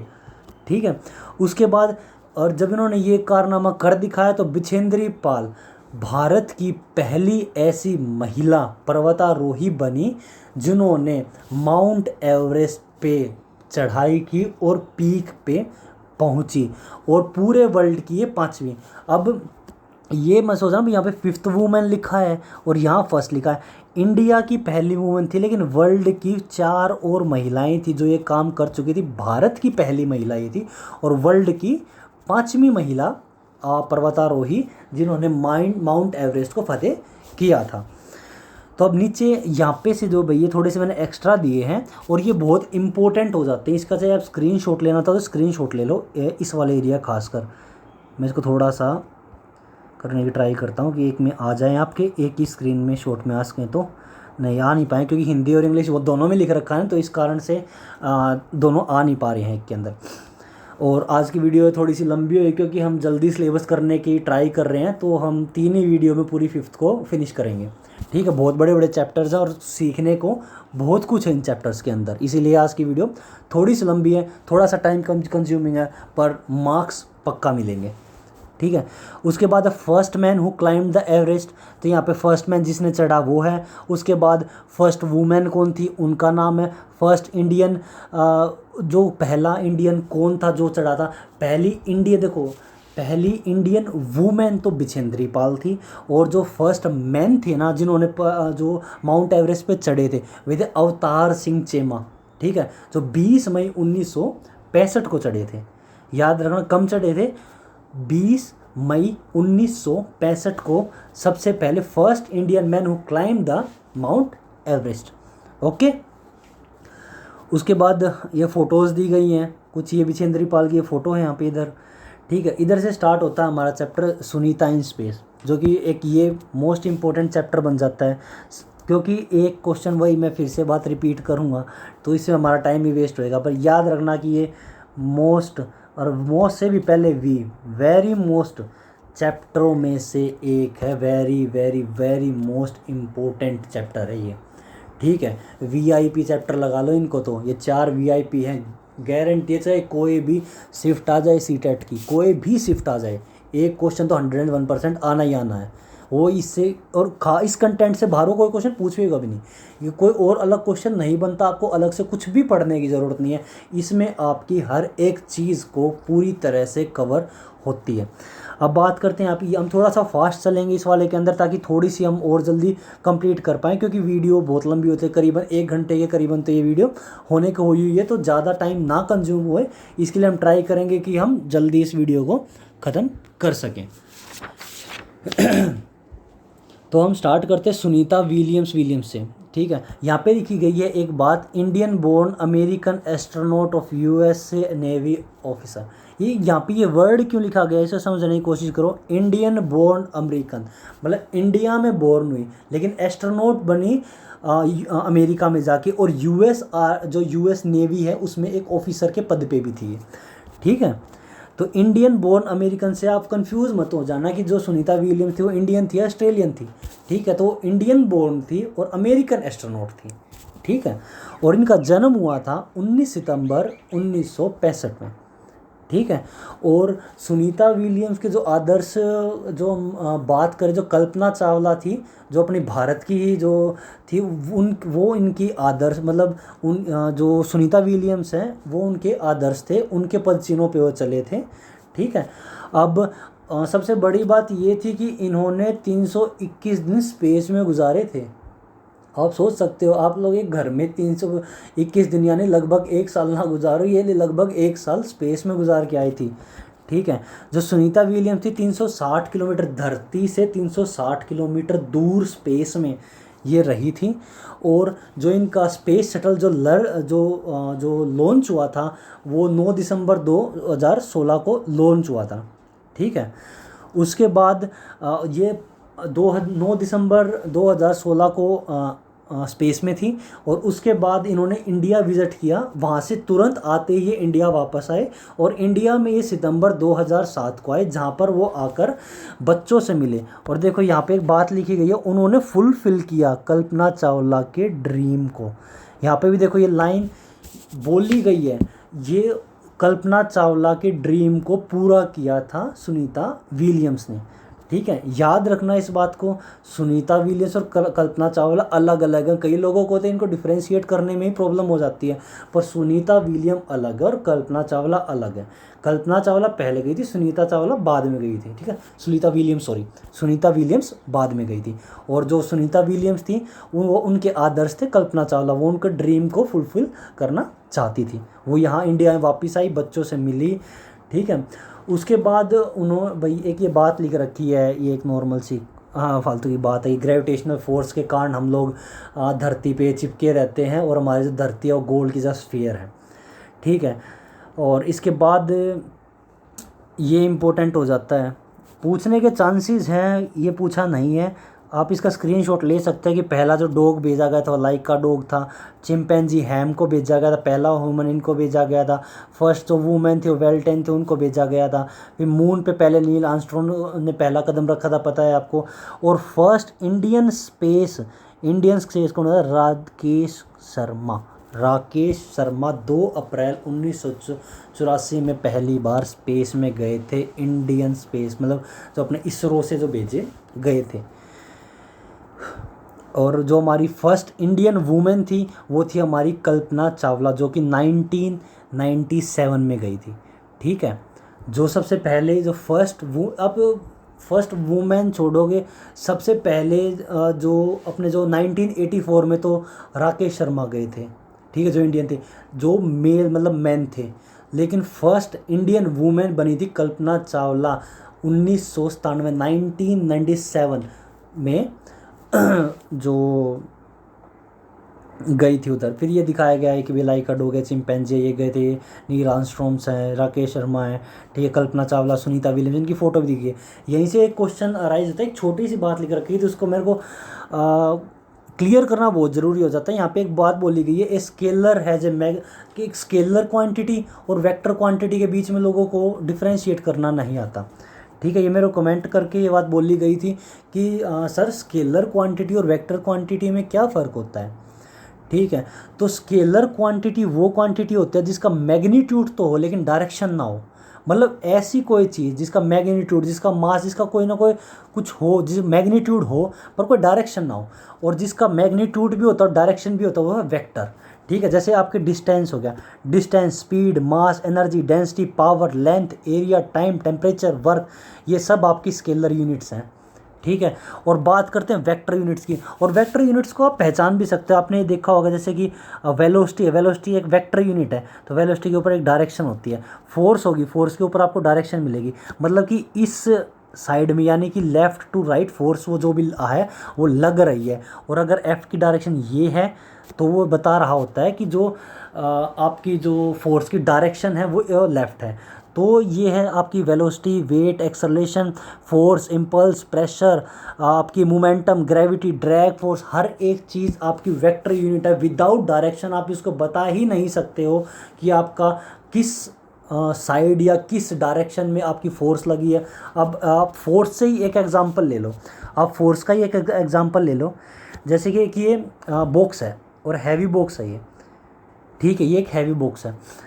इस साइड से तो एक फोर्स लगी है आपकी 5 न्यूटन, ठीक है, 5 न्यूटन की फोर्स लगी है, और इस साइड से फोर्स लगी है आपकी 5 न्यूटन, ठीक है। तो ये बॉक्स तो हिलेगा नहीं क्योंकि दोनों तरफ से बराबर फोर्स लगी हुई है, ठीक है। और अगर मैं यहाँ से ये एरो के निशान ही मिटा देता, तो ये निशान दोनों के दोनों अगर मिटा देता, तो सिर्फ ये पता है कि आपको एक साइड फोर्स न्यूटन 5 न्यूटन लग रही है और फोर्स 5 न्यूटन लग रही है, दो बस ये चीज़ें लिख रखी हैं। अब आप ये आप बता सकते हो कि यह बॉक्स के साथ क्या होएगा। जब तक आपको डायरेक्शन की नहीं पता होगी तब तक आप उसकी ना फोर्स निकाल सकते, ना वेलोसिटी, ना वेट, ना एक्सेलरेशन और ना ही मोमेंटम, ठीक है। ग्रेविटी की भी अपनी डायरेक्शन होती है, ठीक है। उसके बाद आपका ड्रैग होगा, ड्रैग की होगा, डिस्प्लेसमेंट होगी, वेलोसिटी होगी, हर एक चीज़ एक वेक्टर यूनिट होती है। इनमें जब तक आपको डायरेक्शन नहीं पता होगा, आपको सिर्फ ये बता दिया मैंने 5 न्यूटन लग रहा है, आपको मैग्नीट्यूड तो पता है 5 न्यूटन लग रहा है, लेकिन किस डायरेक्शन में लग रहा है आपको ये नहीं मालूम। अगर आपको ये नहीं पता होगा कि किस डायरेक्शन में लग रहा है, तो वो जब तक आप उस चीज़ का प्रॉपर फोर्स या उसका वो ये निकाल सकते हैं कि भाई फोर्स ऑफ एक्शन या वर्क डन उसका क्या निकलेगा। तो इसीलिए स्केलर क्वांटिटी और वेक्टर क्वांटिटीज़ में मैंने आपको डिफरेंस बता दिया कि स्केलर क्वांटिटीज़ वे होती है जिनका कुछ मैग्नीट्यूड तो हो लेकिन डायरेक्शन ना हो, और वेक्टर क्वांटिटीज़ वे होती हैं जिनका मैग्नीट्यूड तो होता है और साथ साथ में उसकी डायरेक्शन भी होती है। अब ये हमारा आज का लास्ट चैप्टर है, आज की वीडियो हम फिनिश करेंगे इसके बाद, ठीक है। और इसका चैप्टर का भी नाम है व्हाट इफ़ इट फिनिशेस, ठीक है। यहाँ पे एक बात लिखी गई है, ये चैप्टर है ना बेसिकली नेचुरल रिसोर्सेज और आपकी जितने भी एग्जॉस्टेबल और इनएग्जॉस्टेबल रिसोर्सेज के बारे में, और एक इसमें लास्ट में एक पैरा डाल रखा है मैंने रोड्स के और हाईवेज़ के नाम। वो हाईवेज़ के नाम आप जब आएँ तो स्क्रीनशॉट ज़रूर ले लें, या इस वीडियो को मेरे टेलीग्राम चैनल से डाउनलोड कर लें इसकी PDF को, जहाँ पे से आप उस चीज़ को पढ़ सको। एक बारी नज़रों में ज़रूर डाल लेना, क्वेश्चन नहीं आता है लेकिन चैप्टर में दिया गया है, बनने लायक क्वेश्चन है, सीटेट अब की बारी दे भी सकता है। तो हम स्टार्ट करते हैं अपने इस चैप्टर को। बेसिकली है ना, जो यहाँ से हम चैप्टर को स्टार्ट करेंगे। यहाँ पहले बात हो रही है पेट्रोलियम की, ठीक है। पेट्रोल की बात नहीं हो रही है, पेट्रोल पेट्रोलियम से बनता है, ठीक है। पेट्रोलियम यानी कि क्रूड ऑयल की बात हो रही है यहाँ पे, क्रूड ऑयल पेट्रोलियम, ठीक है। पेट्रोलियम ये कह रहा है स्लोली हमारी जो पृथ्वी की क्रस्ट्स हैं, रॉक्स हैं, उनके नीचे ट्रैप्ड होता है। और वे कौन सी रॉक्स होती है? वो सेडिमेंट्री रॉक्स होती हैं। याद रखना पेट्रोलियम कहाँ फाइंड होता है, इस पे क्वेश्चन आया हुआ है। सेडिमेंट्री रॉक्स में ट्रैप होता है पेट्रोलियम। ट्रैप का मतलब कैद होता है, कैद होने का मतलब ये नहीं कि उनको जेल कर दी गई है, नहीं भाई, टैप होने का मतलब होता है जैसे रॉक्स के बीच में जो स्पेस होता है ना, उसके अंदर ये पेट्रोल भरा हुआ है। और ये बहुत जल्दी नहीं बनता, लाखों करोड़ों साल लग जाते हैं इन चीज़ों को बनने के लिए, ठीक है, आपने दो चीज़ें सुनी होगी, एक तो होता है कोल और एक तो होता है आपका कोल और एक होता है आपका पेट्रोलियम। इन दोनों में फ़र्क क्या है? कोल वैसे तो डिफरेंस है, कोल तो अलग चीज़ है, पेट्रोलियम अलग चीज़ है, पर दोनों के दोनों फोसियल फ्यूल्स बोले जाते हैं। दोनों के दोनों क्या बोले जाते हैं? फोसियल फ्यूल्स बोले जाते हैं। तो दोनों फोसियल फ्यूल्स में डिफरेंट क्या है? तो डिफरेंट ये है, जितने भी हमारे प्लांट्स होते हैं ना, जितने भी हमारे प्लांट वेजिटेशंस होगी, जितनी भी वेजिटेशन, जितने भी प्लांट्स होंगे, जो वो धरती के नीचे दब गए, जैसे प्लांट्स हैं, जो प्लांट्स खासकर बात हो रही है वुड की, यहाँ पे लकड़ी की बात हो रही है, ठीक है, प्लांट वेजिटेशंस, जितने भी जंगल पठारों के नीचे यानी कि पत्थरों के नीचे हो गए, क्रस्ट्स के नीचे हो गए, मेंटल के नीचे हो गए, सेडिमेंट्री रॉक्स के नीचे दब गए, हाई प्रेशर, ठीक है, हाई प्रेशर और हाई टेम्परेचर के कारण वो अनबर्नड पार्ट हो जाता है, वो ना तो पूरी तरह जलता, वो सिर्फ एक गला हुआ एक पार्ट है। जो प्लांट से बनता है आपका जो कोयला होता है, जिसे हम बोलते हैं कोल बोलते हैं, ठीक है। फिर बात करते हैं पेट्रोलियम की, जितने भी एनिमल्स होते हैं, एनिमल्स के अनबर्नड पार्ट, अनबर्नड क्योंकि हाई प्रेशर और हाई टेम्परेचर पे वो जो पार्ट्स होते हैं वो अंदर जलते हैं, वो पूरी तरह ना जल के सिर्फ गलते हैं। ना सिर्फ एनिमल्स, हर कोई, चाहे मनुष्य है, एनिमल्स है, उसके बाद आपकी कोई भी लिविंग चीज़ थी जो भी आपकी, और सबसे ज़्यादा ये पेट्रोल समुद्र में जितने भी आपके एक्वेटिक एनिमल्स होते हैं ना, उनके कारण होते हैं, क्योंकि सबसे बड़ा इकोसिस्टम एक्वेटिक इकोसिस्टम है, ठीक है। अब हम आगे चलते हैं। ये तो थी आपकी एक्स्ट्रा नॉलेज को बढ़ाने के लिए, इस पर कोई क्वेश्चन आए तो आप लोग कर सकते हो, बाकी ये थी एक्स्ट्रा नॉलेज। अब बात करते हैं जो पेट्रोलियम होता है रॉक्स के बीच में ट्रैप्ड होता है, वो रॉक्स कौन सी होती है? वो आपकी सेडिमेंट्री रॉक्स होती हैं। और जो ये होता है थिक डार्क कलर का होता है, और ये एक है ना तरल काला लिक्विड होता है, ठीक है, ऑयली चिपचिपा सा स्मेल, गंदी स्मेल आती है। पेट्रोल में से तो थोड़ी सी ठीक स्मेल आती है, लेकिन जो क्रूड ऑयल होता है ना, बहुत गंदी स्मेल आती है, डार्क ब्लैक से कलर का होता है और लिक्विड होता है, तरल होता है। उसके बाद करते हैं, इसके अंदर है ना कई सारी चीज़ों का मिक्सचर होता है, कोई एक चीज़ नहीं होती है, इसके अंदर कई सारी चीज़ होती हैं। जब आप एक रिफाइनरी के अंदर क्रूड ऑयल को लेके जाते हो और उसको रिफ़ाइन करते हो ना, तो उसमें से आपका पेट्रोल, डीजल, ठीक है, उसके बाद आपका केरोसिन ऑयल, उसके बाद आपकी एलपीजी गैस, ठीक है, उसके बाद भी आपके कई सारे और भी प्रोडक्ट हैं जो निकलते हैं, पर जो मेन है वो पेट्रोल, डीजल, केरोसिन, एलपीजी, ये क्रूड ऑयल यानी कि पेट्रोलियम में से निकलते हैं। पेट्रोलियम में से petrol, diesel, kerosene, LPG gas निकलती है। कब निकलती है? जब हम इनको रिफ़ाइन करते हैं। और इंडिया की सबसे बड़ी रिफ़ाइनरी कहाँ है? वो है जामनगर रिफ़ाइनरी। जामनगर रिफ़ाइनरी एक प्राइवेट सेक्टर की क्रूड ऑयल रिफ़ाइनरी है, जो कि रिलायंस इंडस्ट्री ऑक्युपाई करती है, और जामनगर गुजरात में प्रेजेंट है, ठीक है। और वर्ल्ड की लार्जेस्ट रिफ़ाइनरी है, ऑयल रिफ़ाइनरी है ये, ठीक है, वर्ल्ड की लार्जेस्ट क्रूड ऑयल रिफ़ाइनरी है ये। और इंडिया की तो अपने आप ही सबसे बड़ी होगी, गुजरात में प्रेजेंट है, जामनगर में, गुजरात में, रिलायंस इंडस्ट्री से ऑक्युपाई करती है, और नाम इसका जामनगर रिफ़ाइनरी है, ठीक है।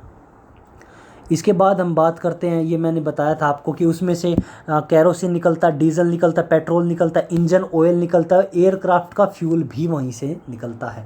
साथ में आपकी एलपीजी जो कुकिंग गैस होती है, जो घरों में यूज़ होता है वो, फिर बचे हुए पार्ट से कुछ वैक्स, चिपचिपा पार्ट निकलता है, वैक्स। आपने नाम सुना होगा पेट्रोलियम जेली, आपने कई बारी वैसलीन देखी है, आप यूज़ करते हो, वैसलीन यूज़ करते हो, वैसलीन के नीचे आप लिखोगे, देखोगे ना, वहाँ लिखा होता है पेट्रोलियम जेली।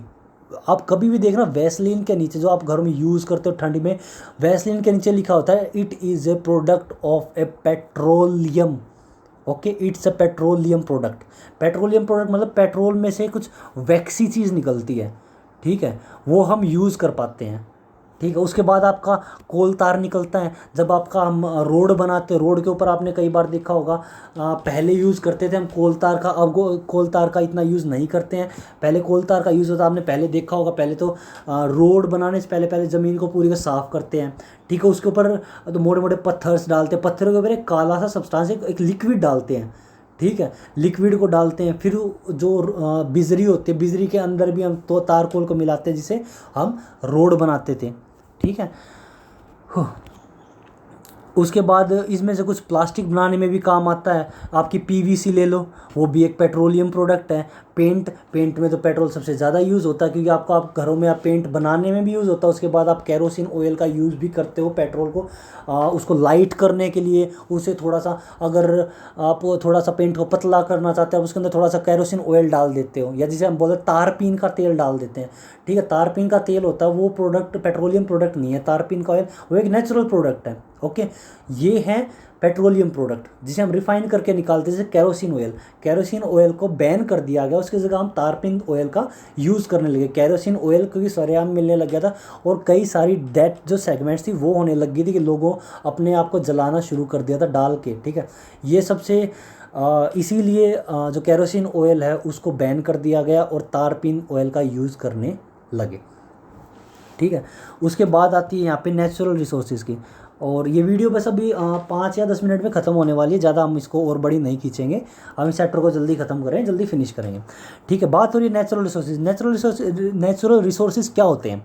आपकी एयर होगी, वाटर होगी, सोयल हो गया, कोल हो गया, पेट्रोलियम, नेचुरल गैस होगी, मिनरल्स हो गए। जो भी आप नेचर से आप लेते हो ना, जो भी आपको कुछ करना ना पड़े और वो आपको अपने आप ही नेचर दे रही है, वो हर एक चीज़ नेचुरल है। ठीक है, उसके बाद हम बात करते हैं मैन मेड मटेरियल। ठीक है, मैन मेड मटेरियल क्या होता है? जैसे प्लास्टिक, जिन्हें आदमियों ने बनाया, जैसे जिन्होंने ह्यूमन ने बनाया, ड्रग हो गया, पेंट हो गया, फाइबर्स, एक्सप्लोजिव्स, बम मटेरियल्स हो गए, वो हर एक चीज़ वो भाई नेचर ने हमें नहीं दी है। वो सारी जो आदमी है, मनुष्य है, ह्यूमन है, उसने खुद डेवलप की है। उसके बाद रिसोर्स क्या होता है? जो भी इन्वायरमेंट हमें यूज़ करने के लिए देता है वो हम रिसोर्स कहलाता है। ठीक है, उसके बाद ये दो चीज़ है जिस पे क्वेश्चन इस चैप्टर में से पूछा जाता है। एक तो पेट्रोलियम पे से भाई क्वेश्चन आएगा। ठीक है, किसी भी शिफ्ट में, एक शिफ्ट में ज़रूर, एक से ज़्यादा शिफ्ट में लगा के चलो पेट्रोलियम पे कोई ना कोई क्वेश्चन आएगा, या तो कोल पे आएगा। इसके बाद एक और मैं पूरा का पूरा पेट्रोलियम पे एक वीडियो करवाऊंगा जिसके अंदर कोल और पेट्रोलियम प्रोडक्ट के बारे में बताऊंगा, जो क्वेश्चन आने के चांसेस सबसे ज़्यादा है। एक मैंने पहले छोड़ रखा है, एक फाइबर चैप्टर। ठीक है, फाइबर वाले का, और एक कोल और पेट्रोलियम का, क्योंकि कोल के भी अलग अलग टाइप होते हैं, इग्निशियन, लिग्नाइट, कई तरह के होते हैं। ठीक है, उसमें बताना है कि भाई कोक का यूज़ कहाँ होता है, क्योंकि जो आपका कोल का प्रोडक्ट्स बनते हैं ना, उनमें से परफ्यूम में भी यूज़ करने वाले कई, जो आपके सेंट, जो इतनी अच्छी खुशबू आती है ना, वो कोल के ही एक प्रोडक्ट से बनते हैं। वो मैं आपको उस वीडियो में कवर करवाऊंगा। आज मैं भी इस वीडियो को ये दो चीज़ें करा के समाप्त करूंगा। अभी हम बात करते हैं इनएग्जॉस्टेबल नेचुरल रिसोर्सेज और exhaustible natural resources. Natural resources मैं आपको बता चुका हूँ। इनएग्जॉस्टेबल, एग्जॉस्टेबल का पहले तो मतलब जान लीजिए। एग्जॉस्टेबल तो वे हो जाएंगे जो एक वक्त आने पर ख़त्म हो जाएंगे। ठीक है, जो अनलिमिटेड प्रेजेंट ना हो। ठीक है, जो एक वक्त, एक समय पे ख़त्म हो जाएंगे। और इनएग्जॉस्टेबल का मतलब वो होता है कि जो कभी भी ख़त्म ना होने वाली चीज़, ऐसी चीज़ें जो कभी ख़त्म ना हो सके, unlimited source. Okay, unlimited source is called inexhaustible natural resources. अब इनएग्जॉस्टेबल में हमारे क्या क्या आएंगे? हमारा सन आ गया। कैसे आपको लगता है कि सूरज की रोशनी हमें कम मिलने लग गई है, पहले ज़्यादा मिलती तब कम मिल रही है, या पहले कम मिलती तब ज़्यादा मिल रही है? वो एक सोर्स है, वो कभी ना ख़त्म होने वाला सोर्स है। ठीक है, यहाँ पे डेफिनेशन दी गई है जो मैंने आपको ऑलरेडी बता दी है कि इनएग्जॉस्टेबल रिसोर्सेज क्या होते हैं, एग्जॉस्टेबल रिसोर्सेज क्या होते हैं। उसके बाद यहाँ पे आप इनके एग्जांपल देख सकते हैं कि सनलाइट होगी, एयर हो गया और वाटर हो गया। ठीक है, हम सनलाइट कभी ख़त्म नहीं हो सकती, एयर कभी ख़त्म नहीं हो सकती, वाटर कभी ख़त्म नहीं हो सकती। हाँ, अगर दुनिया में से सारे पेड़ पौधे, सारी वेजिटेशंस, पूरा एक्वेटिक इकोसिस्टम ख़त्म कर दिया जाए तो हो सकता है एयर ख़त्म हो जाए। ठीक है, तो भी आप लोग गलत हो, एयर फिर भी नहीं ख़त्म होएगी। ऑक्सीजन ख़त्म हो जाएगी, एयर कभी भी ख़त्म नहीं हो सकती। ठीक है, उसके बाद बात करते हैं हम सनलाइट की। अब सूरज फट जाए या हमारी जो हमारा सोलर सिस्टम उससे बाहर ही चला जाए तो भैया ऐसा हो सकता है सूरज की हमें रोशनी ना मिले। बाकी आज तक ऐसा हो नहीं सकता। सूरज से हमें अनलिमिटेड सोर्स ऑफ एनर्जी मिलती रहेगी, इसीलिए सन को बोलते हैं sun is a unlimited source of light. Okay. Then बात आती है वाटर की। वाटर कभी भी ख़त्म नहीं हो सकता। आप बोलोगे सर आप ये बोल रहे हो कि वाटर कभी ख़त्म नहीं हो सकता, पर अभी तो आपने जो 4th क्लास में चैप्टर था वाटर में, तब तो ये बोल रहे थे अगर हम ऐसे ही वाटर का मिसयूज़ करते रहे तो पानी ख़त्म हो जाएगा, पूरी दुनिया में हाहाकार क्यों मचाओगे, पानी ख़त्म हो रहा, पानी ख़त्म हो रहा है। भाई वो ड्रिंकिंग वाटर ख़त्म हो रहा है, पीने लायक पानी ख़त्म हो रहा है। पानी कभी इस धरती पे से ख़त्म नहीं हो सकता, ठीक है।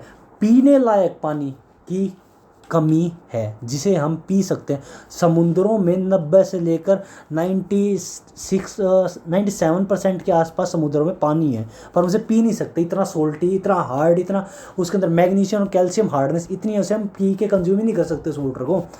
तो इसीलिए ड्रिंकिंग वाटर ख़त्म हो सकता है, लेकिन वाटर कभी ख़त्म नहीं हो सकता। फिर आपका आ गया एग्जॉस्टेबल, जो ख़त्म हो सकती चीज़ें, कोल, पेट्रोलियम, नेचुरल गैस। भाई सारे फॉसिल फ्यूल्स तो हैं, एक टाइम पे तो पेट्रोल भी ख़त्म हो जाएगा। इसीलिए तो हम एनर्जी के अलग अलग सोर्सेज देखते जा रहे हैं कि हाइड्रोजन एनर्जी का यूज़ करें, हाइड्रो एनर्जी का यूज़ करें, या फिर हम सोलर एनर्जी का यूज़ करें, क्योंकि सोलर एनर्जी कभी ना ख़त्म होने वाली ऊर्जा है।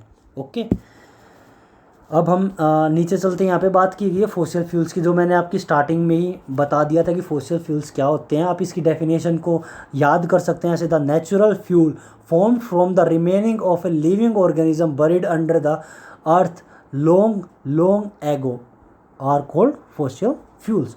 और यहाँ पे नीचे क्या है कि पेट्रोल, जो कोल है, पेट्रोलियम है, नेचुरल गैसेस हैं, वो सब आपके जो डिपोजिशन है, रिमेनिंग पार्ट्स है प्लांट और एनिमल्स के, जो बहुत लंबे समय से धरती के नीचे सेडिमेंट्री रॉक्स के नीचे दबे हुए हैं ड्यू टू हाई प्रेशर और हाई टेम्परेचर, वो सारे अधूरे गले हुए हिस्से, मतलब अधूरे जले हुए हिस्से हैं, ठीक है। उसके बाद आप एक इसका स्क्रीनशॉट ले लीजिए, एक बार रीड ज़रूर कर लीजिए। आज तक इसमें से क्वेश्चन तो नहीं पूछा गया, लेकिन आने के चांसेस बने रहते हैं, ठीक है। आपको सिर्फ सीटेट क्लियर थोड़ी ना करना है। सीटेट के बाद आपको डीएसएस भी है, ठीक है, जिसके अंदर आपको प्योर जीके आएगी, ठीक, और आपका केवीएस है, एनवीएस है, ठीक है।